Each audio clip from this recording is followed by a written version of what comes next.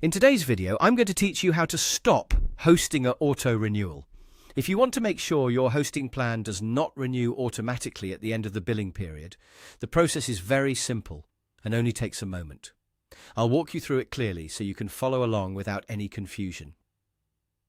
To begin, open your Hostinger account and sign into your dashboard. Once you're inside your account, take a moment to make sure you're on the main account area where you can access your settings and billing options.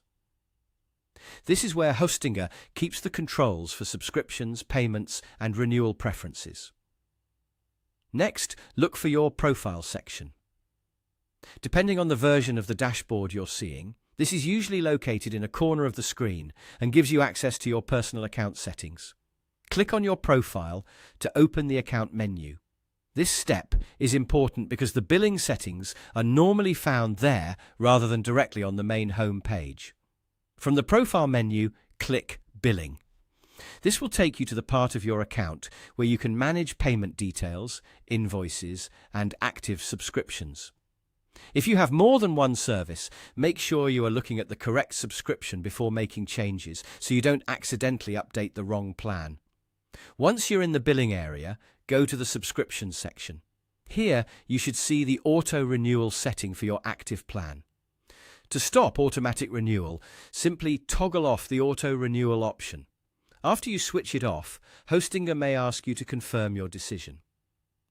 If that happens, click Keep My Subscription. This means you are keeping the service active until the current billing period ends, but you are stopping it from renewing automatically in the future. That's all you need to do. After this, your subscription should remain active until its expiration date, and you won't be charged for another renewal unless you manually turn auto-renewal back on or renew the service yourself later. As a quick tip, after making the change, it's a good idea to double-check that the auto-renewal status now shows as turned off. That helps confirm the update was saved successfully. You may also want to note your expiration date so you know exactly when your plan will end, and that's how to stop Hostinger auto-renewal quickly and easily.